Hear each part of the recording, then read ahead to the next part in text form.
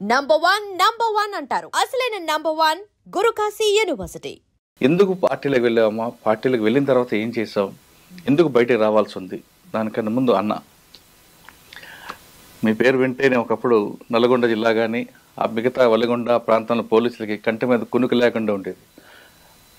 పిట్ల Shankar alias Rajanna alias Sridhar ఫీల్డ్లోకి వచ్చాడంటే ఖచ్చితంగా యాక్షన్ జరుగుతుంది అంటూ, ఆ టైంలో ఏ యాక్షన్ జరిగినా మీ చుట్టూ తిరిగేది. ఒక అలిపిరి విషయం కావచ్చు, ఏదే జరిగినా ఆశన్న గారి పేరు ఏ విధంగా ఉందో తర్వాత మీ పేరు ఉండేది. సిటీలో జరిగిన ఎన్కౌంటర్లకు ప్రత్యక్ష సాక్షిగా మీరు ఉండేవారు కొన్ని దాడులకి.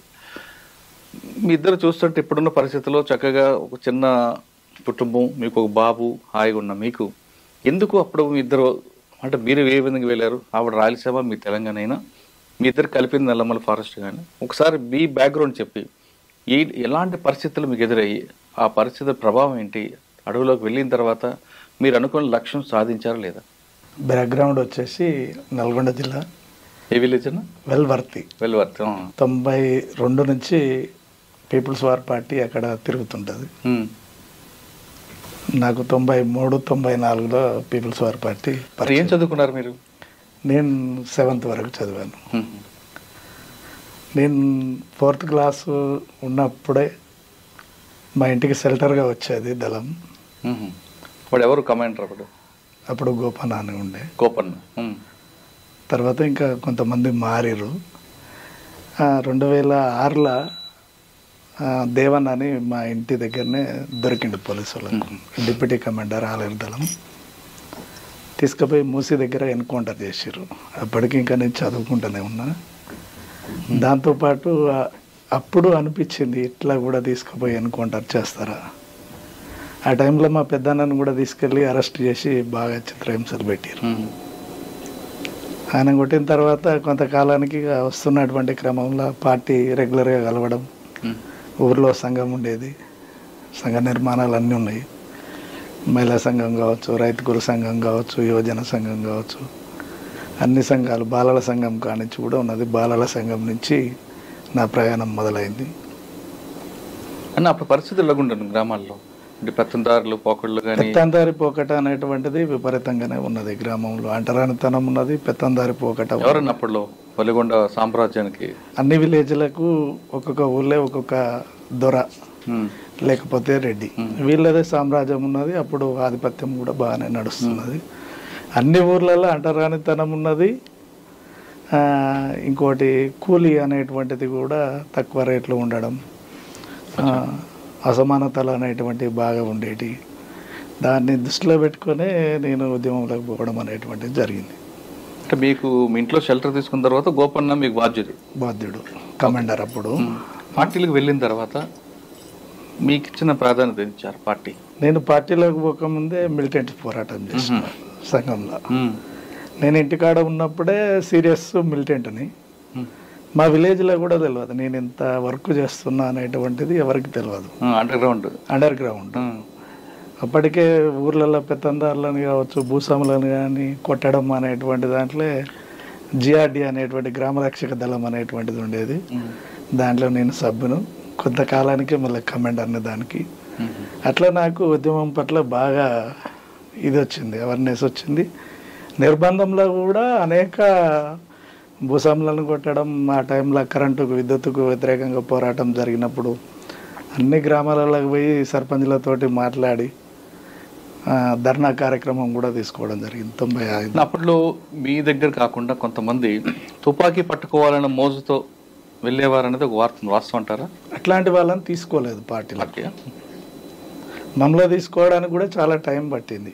అంటే వయసు చిన్నగా ఉంది అనేటువంటిది, ఇంకా చదువుకోవాలనేటువంటిది, చెప్పిన పని కరెక్ట్ చేస్తాడా చేయడా అనేటువంటిది టెస్టింగ్ పెట్టడం. ఆ క్రమంలోనే మిలిటెంట్గా ఉన్నప్పుడే ఇన్ఫర్మర్ నేపంతో ఒక అతన్ని యాక్షన్ కూడా చేయడం జరిగింది. ఇంటి దగ్గర ఉన్నప్పుడే. అక్కడ లోపలికి వెళ్ళిన తర్వాత మీకు దేనికి మీ పరిమితి చేశారు? అంటే గ్రామాల్లో తిరగడం, సమస్యలు వెతుక్కోవడమా, లేదు కేవలం యాక్షన్ టీం కనిపెట్టారా? ఆర్గనైజేషన్ ఫస్ట్ ఆలయ దళంలో ఫుల్ ఆర్గనైజేషన్. అన్ని విలేజ్లని ముందు పైలట్ నేనే.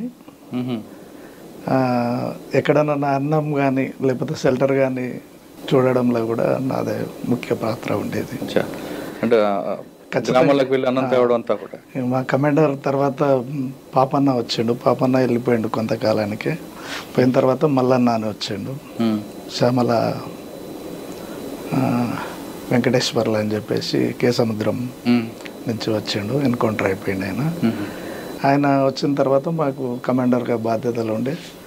తను మీరే ఫైనల్గా నన్ను బాగా ఎంకరేజ్ చేసేది, ప్రతి యాక్షన్లో ఇన్వాల్వ్మెంట్ చేసేది. రూట్ గైడ్ కూడా నాదే ఉండేది. ఒకసారి చూసిండంటే కంపల్సరీ దళాన్ని డిస్టర్బ్ చేయడు, అనుకున్న ప్లేస్కు చేర్చగలుగుతాడు ఇన్ టైంలో అనేటువంటిది నమ్మకం. ఎక్కువ ఏపీటీ మీకే ఇచ్చారా? మాకే ఇచ్చేది. బయట ఏపీటీలో రకరకాలుగా ఉంటాం, పేపర్ అంటారు, ఒకసారి పెన్ అంటారు, రకరకాలు. అవును. మీరు ఎక్కువ దేనికి ఎక్కువ ఎంచుకున్నారు? ఇంగ్లీష్ పేపరా, తెలుగు పేపరా? అంటే అక్కడ మనకు అనుకూలమైనటువంటి పరిస్థితులను బట్టి జనం ఏం వాడతారు అక్కడ అనేటువంటిది. జనం ఎక్కువ ఏది యూజ్ చేస్తారు, నోట్ బుక్సా, లేకపోతే పెన్నా, పేపరా, లేకపోతే సబ్బా, జెండు బొమ్మ, ఇంకా నిత్యావసర వస్తువులు ఏవైతే ఉంటాయో. కొన్ని సందర్భాలలో టీ పౌడర్ కూడా చిన్నది పట్టుకొని కూడా నిలబడ్డటువంటి సందర్భాలు. టీ పౌడర్ కొన్ని సందర్భాలలో బిస్కెట్ ప్యాకెట్ పట్టుకొని అంటే అక్కడ పరిస్థితి ఏది అనుకూలంగా ఉంటుంది, అక్కడ అనుకూలమైన వస్తువులని ఈజీగా అక్కడ దొరికే అటువంటి. మళ్ళీ మనం ఒకటి అడుగుతున్నామంటే అది అక్కడ ఆ ప్రాంతంలో లేదనుకో, మనం అది ఆటోమేటిక్గా అవతల డౌట్ వస్తుంది అనేటువంటిది ఇది చేసేది. అలాగే మీకు బాగా గుర్తుండిపోయింది చెప్పండి ఒక సంఘటన. బాగా గుర్తుండిపోయేటువంటిది అంటే, నేను ఆలేరు రైల్వే స్టేషన్లో నాకు ఒక రాష్ట్ర కమిటీ నెంబర్ వచ్చేది, మాధవ్ అని, మీరు పేరే వింటారు. నేను పోయి వాస్తవంగా నేను చూసిన కామ్రేడ్ రైతు వేషధారణలో ఉండు, నేను ఇట్లా అనేటువంటిది కన్ఫర్మ్ చేసుకోలేకపోయినా. ఎంతసేపు ఉన్న ప్యాంటు ఇంకా వేరేది ఏదైనా వేసుకొని వస్తుండొచ్చులే అని చెప్పేసి చూస్తూ ఉన్నా. నేను పట్టుకున్నటువంటిది పట్టుకొని నా దగ్గరనే కూర్చొని 10 నిమిషాలు ముచ్చట పెట్టిండి. ఎక్కడ పట్టలేదా? ఆయన కోడ్ పట్టుకోలే, నన్నే ఐడెంటిఫై చేయాలి ఆయన. నేను చేసేది కాదు, ఇక నేను పట్టుకున్నటువంటి కోడ్ను పట్టుకొని చేయాలి. రైనర్స్ పెన్ను పట్టుకున్నా, ఒకటి చిన్నది నోట్బుక్ గీతలది, 2 పట్టుకొని నిలబడాలి. అంటే స్కూల్ స్టూడెంట్ లెక్కనే ఉండాలనేటువంటిది చెప్పారు. సరే అని చెప్పేసి నేను అట్లనే పోయినా, అట్లనే నిలబడ్డా. వచ్చి 10 మినిట్స్ నిలబడ్డాడు, టైం అయిపోతుంది. ఇక మళ్ళీ ఆర్బీకి పోవాల్సి వస్తుందేమో నెక్స్ట్ ఏపీటీకి. ఏం చేద్దామని అటు ఇటు అంటుంటే మళ్ళీ చేయి పట్టుకోండి, ఏం పేరు అన్నాడు. అప్పుడు పేరు అడిగినప్పుడు ఏం చెప్పాలనేటువంటిది ఒకటి ఉండే. పేరు అడిగినప్పుడు నా పేరు రాములు అనేటువంటిది నేను చెప్పిన. ఇంత స్మార్ట్గా ఉన్నావు, రాములు అని పెట్టుకుందాం ఎందుకన్నా. నా పేరు రాములే మరి అని నేను చెప్పాల్సిన పేరే అది, ఇతనే కావచ్చులే కానీ నాకు కన్ఫర్మ్ అయింది. సరే అని వెళ్ళిపోయినాం. అదొకటి గుర్తున్నది. ఇంకోటి జడ్చర్లలో నేను ఏపీటీకి పోయినా. జడ్చర్ల సిటీ నుంచి వచ్చిన. సిటీ అప్పుడు యాక్షన్ టీం ఉన్నది, పోతున్నా. ఏపీటీ లేదు, నాకు ఉన్నటువంటిది కొల్లాపూర్లో ఉన్నది. సింగోటం దగ్గర, కొల్లాపూర్ దగ్గర ఒక సింగోటం ఉంటుంది, ఆ సింగోటం దగ్గర నాకు ఏపీటీ ఉన్నది. పనగల దళం ఉండే ఇక్కడ, అందులోనే పటేల్ ఉన్నాడు సూర్యం పేరు మీద. అక్కడ నేను ఏపీటీకి వెళ్ళాలి. నేను వెళ్ళిన తర్వాత కొత్తపల్లి మీకు ఐడియా ఉంది కదా, పోయి ఆ బస్సు ఏం చేస్తుంది అంటే తిరుక్కుంటూ వెళ్ళిపోతుంటుంది. బస్సు ఎక్కినా, ఒక నోట్బుక్ తీసుకున్నా, చర్మాస్ అంగి వేసుకున్నా. ఇప్పుడు చర్మాస్ అంగి వాడేది, చర్మాస్ అంగేసి ఫుల్ది మార్చిన, లెటర్స్ ఉన్నాయి అన్ని ఇందులో మలిసేసిన. ఇంకా వేరే లగేజ్ కూడా ఉండే. పైన నేను కూర్చున్నది కాకుండా వేరే దగ్గర వేసేసిన దాన్ని. ముందుకు పోయిన తర్వాత కొత్తపల్లి మండలం వస్తుంది. అడిగి పోగానే అవుట్ పోస్ట్ ఉంది ఆడొకటి, పోలీస్ స్టేషన్. బ్యాచ్ ఎక్కేసింది. ఎంతమంది? ఒక 30 మంది ఎక్కింటారు, స్పెషల్ పార్టీ.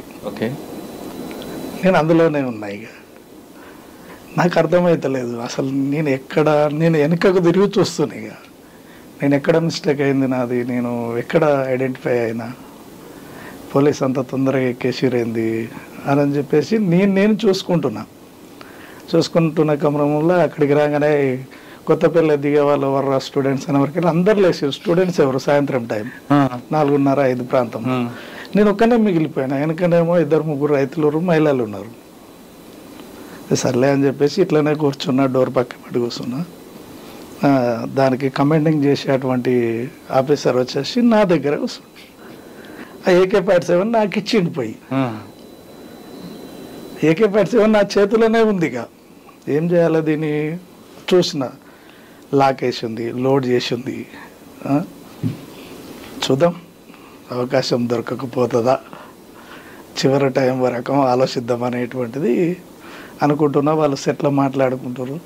అడిగిన సార్ ఇది ఏమన్నా ఇదవుతుందా ఇది అంటే, ఏం లేదు తాళం పెట్టిన దానికి అని చెప్తాను. సరే అని చెప్పేసి అట్లే పట్టుకున్నాను. తీసుకోవట్లేడు. ఆ సెట్ మాట్లాడుకుంటుండు. ఫిస్టోల్ ఉంది ఎక్స్ట్రా. ఆయనకు అట్లా ఏం మాట్లాడుతున్నారు? సార్ ఇక్కడి వరకు వచ్చినాం, అక్కడి వరకు వచ్చినాం, ఇంకా 15 నిమిషాలలో అయితే ఆపరేషన్ పాయింట్కి వెళ్ళిపోతాం అని చెప్పేసి అంటారు. అనుకున్న పాయింట్కి వెళ్ళిపోతాం సార్ అని చెప్పేసి అంటారు. అనుకున్న పాయింట్ అంటే ఇంకా నాకు 20 కిలోమీటర్లు 25 కిలోమీటర్లు ఉంది. 15 నిమిషాలలో బస్సు పోదు. మొత్తం మీద అయితే ఏదో చేస్తాడులే అనుకున్నా. ఆలోచించకుండా వస్తున్నా. ఇక ఆయనతోటే ముచ్చట పెట్టుకుంటున్నా. వాకిలా మాట్లాడుతున్నారు. వెనక ఆయన ఏం చదువుతున్నావు, ఎట్లా అంటే ఇట్లా చదువుతున్నావు, జడ్చర్ల పలానా కాలేజీలో చదువుతున్నా అని చెప్తున్నా. టక్కున ఒక ఊరికి రాగానే బ్రిడ్జి మధ్యలో ఆపేసారు బండిని. ఇంకా అయిపోయింది అనుకున్నా. ఈ టైం అయిపోయింది, ఇంతటితో బ్రిడ్జి మధ్యన ఆపిండంటే చెకప్ పెడతాడు, కొట్టిపడేస్తాడు అని ఆలోచిస్తున్నా. ఏం చేద్దాం చూద్దాం. చివరి నిమిషం ఇంకా 10 మినిట్స్ సెకండ్స్ దిగుతున్నారు. బ్యాచ్ దిగుతుంది. ఈయన అట్లనే కూర్చున్నాడు.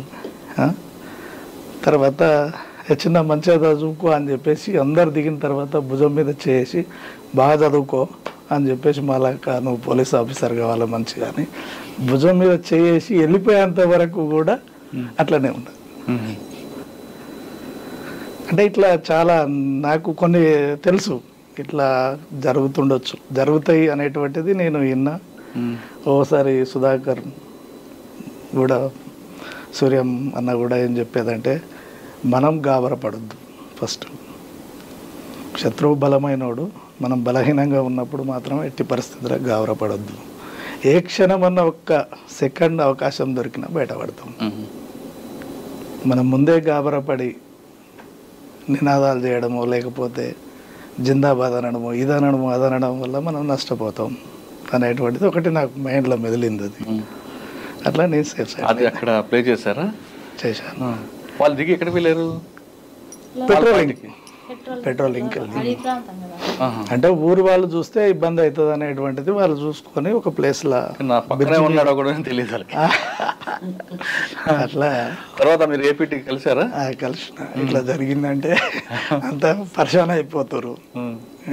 ఏం కాదులే అని చెప్పేసి, సూర్యమన్న ఏం కాదులే, ఇట్లా మస్తు జరుగుతాయి. రాయలసీమ పెట్టి ఇటువైపు ఎందుకు తిరిగాం అంటే మాది సొంతూరు ఎవరు? మాది అనంతపురం డిస్టిక్ అన్న. అనంతపురం నుంచి సింగనమాల ఉందిగా, సింగనమాల మండలం వస్తుంది. చెదల్ల మా గ్రామం.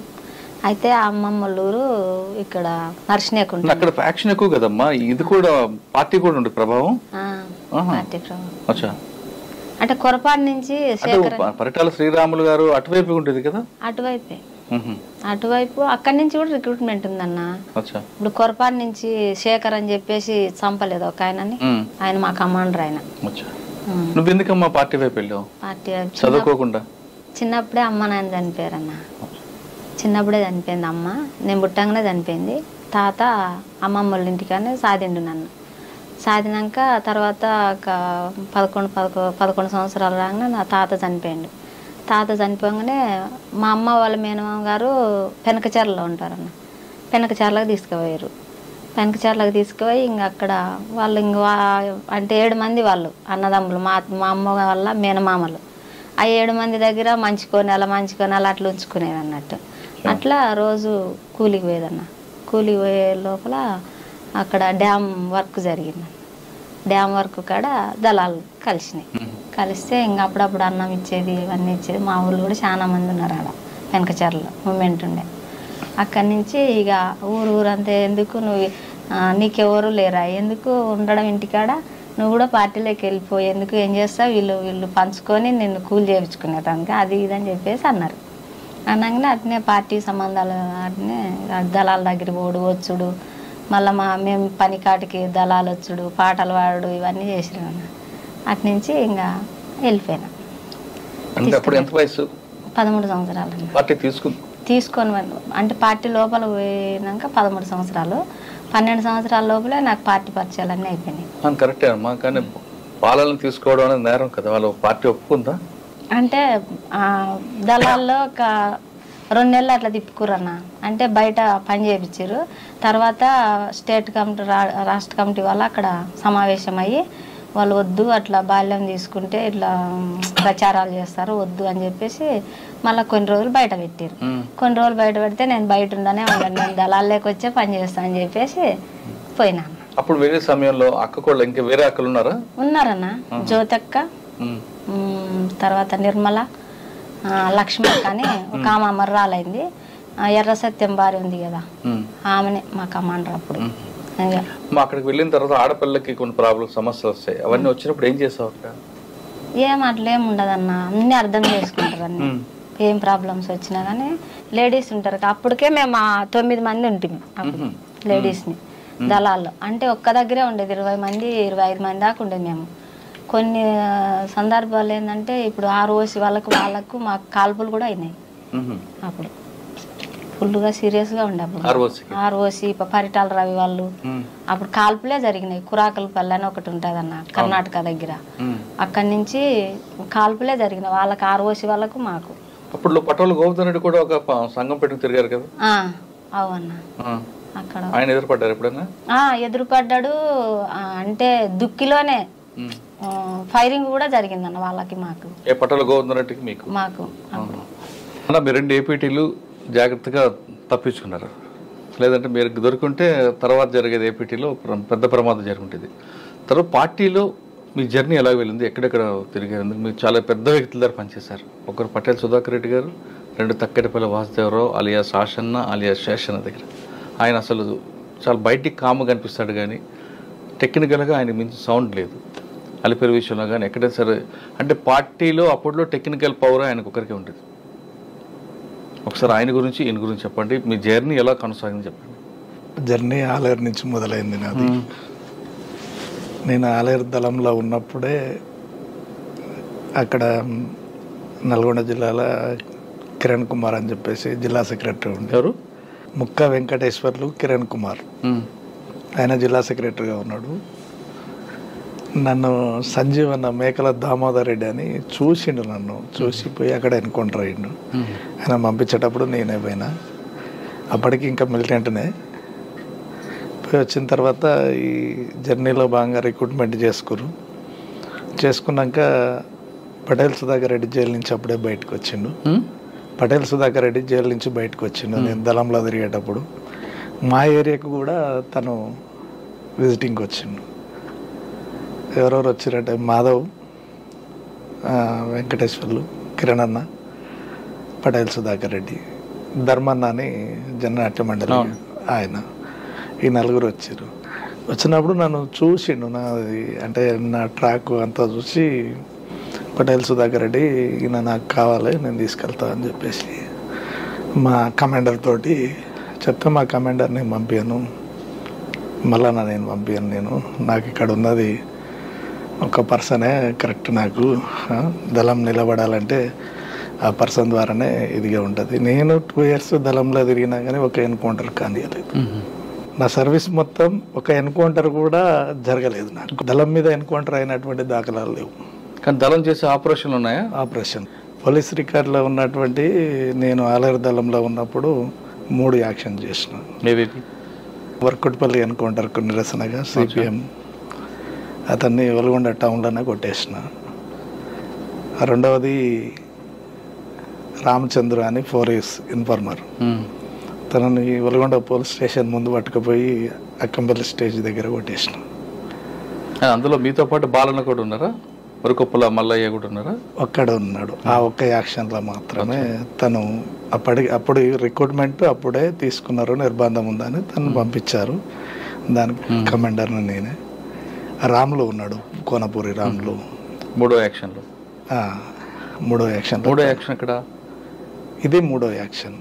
ఫస్ట్ ఏమో కంచనపల్లి బీజేపీ లీడరు, నేను పోలీస్ అంటే దళంలోకి రిక్రూట్ అయ్యే ముందే ఒకటి పోలీస్ యాక్షన్ కానిస్టేబుల్ కొట్టేసిన. ఎక్కడ?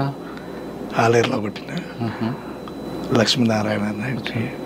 యాదగిరిగుట్ట పోలీస్ స్టేషన్ ఎదురుగా ఒకటి యాక్షన్ చేస్తారు, అది ఎవరు చేశారు? అది మేము చేయలేదు. యాదగిరిగుట్ట ప్లాస్టింగ్ అప్పుడు రెక్కి మొత్తం నాదే. పోలీస్ స్టేషన్ రెక్కి స్టేషన్ ఎందుకు ఫెయిల్ అయింది? అయితే దాంట్లో ఫెయిల్ కావడానికి అంటే మేము వాస్తవంగా ఏంటంటే పటేల్ సుధాకర్ రెడ్డి ఉన్నాడు, మొత్తం రెక్కి తన ఆర్కే కూడా ఉన్నారు కదా అప్పుడు. ఆర్కే ఉన్నాడు. ఆర్కే నల్లమల్లలో రాచకొండ ఏరియాలో ఉన్నాం. అయితే మేము పోలీస్ స్టేషన్ అంతా రెక్కి ఫైనల్ రెక్కి అంతా చేసినాం. దీన్ని ఆపరేటింగ్ కూడా పటేల్ సుధాకర్ రెడ్డి దగ్గర ఉండి చేయాలనేటువంటిది అనుకున్నారు. అనుకున్న తర్వాత ఆర్కే ఉండి నువ్వు అవసరం లేదు, మనం ఇంత చిన్నదానికి మనం పోవాల్సిన అవసరం లేదని ఆపిండు. ఆర్కేని ఆపిండు కాబట్టి మేము కూడా ఆగిపోవాలి. ఆర్కే ఆపిండు కాబట్టి నేను కూడా ఆగాల్సి వచ్చింది ఆ టైంలో. దాన్ని పోలీస్ స్టేషన్ పేల్చి అనుకున్నటువంటి వ్యవధి మనం చేసుకున్నటువంటి ప్లాన్ ప్రకారం రిట్రీట్ అయితే బయటపడేటోళ్ళం. మనం పెట్టినటువంటి లారీలు ఏవైతే ఉన్నాయో ఆ లారీ డ్రైవర్లు గాబరకు గురై బండి బొమ్మల రామారం వైపు మలిపారు. తురకపల్లికి పోక ముందుకే ఇట్లా మధ్యలోకి వెళ్ళి ఒకటి దారి ఉంటుంది, పాత గుట్ట మీదకి వెళ్ళి ఒక దారి ఉంటుంది. ఆ దారి వెంబడి తిరిగి బసవపురం నుంచి ఇట్లా వచ్చి మధ్యలోకి వెళ్ళి ఇట్లా మధ్యలోకి వెళ్ళి అనాజపురం అని ఉంటుంది. అనాజపురం నుంచి యువతలకి రావాలి. ఇప్పుడు ఏదైతే టోల్ గేట్ ఉన్నదో బీబీనగర్ బీబీనగర్ టోల్ గేట్ యువతలకి వెళ్ళి వెంబటే మళ్ళా మూసి దాటి వెళ్ళిపోవాలి. కానీ మూసి అప్పటికి వరదల్లో ఉంది కదా? లేదు, అప్పుడు ఈ యాక్షన్ అయ్యేటప్పటికి మూసి వరదలలో లేదు, మూసి దాటే వచ్చింది దళం. దళం వచ్చిన తర్వాత ఎప్పుడైతే యాక్షన్ అయిందో, ఒక రోజు ఎక్స్టెన్షన్ అయిందో, వరద అనేటువంటిది తీవ్రతరం. ఓకే, దానివల్ల అది యాక్షన్ ఫెయిల్ కావడం జరిగింది. ఆ ఫెయిల్ కావడానికి కూడా బలమైనటువంటి కారణం ఏంటంటే, మనం రిట్రీట్ అయ్యేటప్పుడు సాధ్యమైనంత వరకు వెహికల్స్ వాడొద్దు అనేటువంటిది. ఫస్ట్ వాడినటువంటి వెహికలే బయటపడాలి, ఇక తర్వాత నడుచుకుంటూ మాత్రమే పోవాలి. ఆ రోజు సహకరించలేదు కాబట్టి, వాతావరణం సహకరించలేదు. పోయి చూసేవరకల్లా వరద ఉధృతం ఉంది అనేటువంటిది అని అనుకున్నటువంటి వాళ్ళు ఆ మూసి దగ్గరికి రాలేదు. ఇంకా బట్టుగూడెం ఆ మధ్యలోనే ఉన్నారు కాబట్టి అక్కడ స్టే చేయాల్సి వచ్చింది. స్టే చేసిర్రు. ఏదైతే ట్రాక్టర్ కోసం పోయిర్రో, ట్రాక్టర్ కోసం ఒక ట్రాక్టర్ కోసం పోతే వాడు ఇస్తా అని చెప్పినటువంటి రైతు ఏం చేసిండంటే దాని గాడుపు తీసి పడేసి, అట్లా 2-3 ట్రాక్టర్లు మనకు మిస్ అయినాయి. అందులో ఒక అతను ఇట్లా ట్రాక్టర్ అడిగిర్రు అనేటువంటిది పోలీస్కు ఇన్ఫర్మేషన్ పోయింది. అంటే ట్రాక్టర్ అడిగిరంటే ట్రాక్టర్ మీద దాటుతారు అనేటువంటిది మెసేజ్ ఉంది పోలీస్కు. అవును, కానీ అదొకటే కాకుండా ట్రాక్టర్ మీద దాటి వస్తున్నప్పుడు ఒక దగ్గర ఆగినప్పుడు అయితే దీన్ని ఏం చేసిరంటే ట్రాక్టర్ దగ్గర ఎక్కిన తర్వాత అందరూ కూర్చునేటప్పుడు ఎవరి పొజిషన్లో వాళ్ళు కూర్చుంటే బాగుండేది. కూర్చోకుండా ఏంటంటే ట్రాక్టర్ ఎత్తేస్తున్నటువంటి క్రమంలో సరిగ్గా కూర్చోవస్తలేదు, జరాగురి అని చదువుకొని కూర్చుందాం అనేటువంటి దాన్ని కరెక్ట్ పోలీస్ పార్టీ ఉన్నటువంటి ప్లేసుల్ని ట్రాక్టర్ని నిలబెట్టారు. పోలీస్ ఆపింది కాదు, పోలీస్ ఆపలేదు. కానీ అక్కడ కామ్రేడ్ అనే పదం వాడడం, టార్చ్ లైట్ వేయడం అనేది పోలీసుకి ఇన్ఫర్మేషన్ వెళ్ళి అది ఏమైందంటే కామ్రేడ్ అంతా చదువుకోండి అనేటువంటి కాషన్ వచ్చింది. ఆ కాషన్ వచ్చినప్పుడు వినేటువంటిది ఒకటి ఉంటుంది, ఇన్నర్ కానీ అవునా కాదా అనేటువంటిది తేరుకున్నారు. తేరుకొని గట్టిగా వీళ్ళు ఏం చేశారంటే పోలీసు వారు ఎవర్రా అని చెప్పేసి అనేవరకల్లా నువ్వు అనురా అనేటువంటిది వచ్చేసి, రైతు వేషధారణలు అయితేనేమో ఎవరు మీరోలు అనేటువంటిది, నువ్వునివిరా అని అంటుండే ఎవరంటారు, ఓహో ఇది దళమే అయి ఉంటుంది అనేటువంటిది ఒకటి కన్ఫర్మ్ చేసుకొని ఫస్ట్ వాళ్ళు ఫైరింగ్ ట్రాక్టర్ మీద చేయలేదు. సైడ్కు ఫైర్ చేసే వరకు ఇక్కడ అపోజిట్ ఫైర్ స్టార్ట్ కాగానే కన్ఫర్మ్ అయిపోయింది. ఏదైతే అసాల్ట్ టీము ఉంటుందో అసాల్ట్ టీము మెయిన్ ఇంపార్టెంట్. ఏ రైడ్ అయినా సక్సెస్ కావాలన్నా మనం పోతున్నప్పుడు కూడా తారసపడ్డటువంటి శత్రువుని నిర్మూలించాలనుకున్నా కానీ అసాల్ట్ టీం పైలట్ టీం ఉంటుంది. అది ఏమైందంటే ఫైరింగ్ స్టార్ట్ కాగానే దుంకి పరుగుడు పెట్టారు. రిటాలియేషన్ ఉంటే నష్టం అనేటువంటిది లేదాడ. కిరణ్ చనిపోయేటువంటి వాడు కాదు. దాంట్లో కొంతమంది కమాండర్ స్థాయి జిల్లా కమిటీ స్థాయి కామ్రేడ్స్ ఉన్నారు. వాళ్ళు ఆ డోర్ ఇంజన్ మీద కూర్చున్నటువంటి వాళ్ళు ఫైర్ చేయకపోవడం వల్ల ఒక కామ్రేడ్ ఇద్దరు కామ్రేడ్స్ నష్టపోవాల్సి వచ్చింది అక్కడ. అంటే అక్కడ రిటాలియేషన్ ఉండకూడదు. వీళ్ళు ఫైట్ చేయలే, రిటాలియేషన్ చేస్తుంటే ఉండేది కాదు. ఓకే, ఇప్పుడు ఇదంతా కూడా సమీక్ష చేస్తుంది. సమీక్ష ప్రతిదీ కూడా విమర్శ సమీక్ష విమర్శ ఆత్మవిమర్శ దాని మీద ఖచ్చితంగా రివ్యూ అనేటువంటిది చేయాల్సిందే. తప్ప గుట్ట బ్లాస్టింగ్లో మీరు వెళ్ళి ఉంటే కథ వేరేగా ఉండేది అని తెలుస్తుంది. అవును, ఆర్కే గారు పటేల్ గారికి వద్దనపోవడం, ఆ వద్దన్న తర్వాత పటేల్తో పాటు ఉన్న మీరు కూడా వెళ్ళలేదు. ఆ విధంగా మిస్ అయినవి ఏమున్నాయా, సక్సెస్ అయినవి కానీ? సక్సెస్ ఉంటాయి, మేము పోతాయి అంతే. ఏం సక్సెస్ ఏమని చెప్పండి యాక్షన్లో? అంటే నేను అన్ని సివిల్ యాక్షన్సే, పిఎస్ల మీద తక్కువ అటాక్. సివిల్ ఏది 1-to-1 కొట్టడం? 1-to-1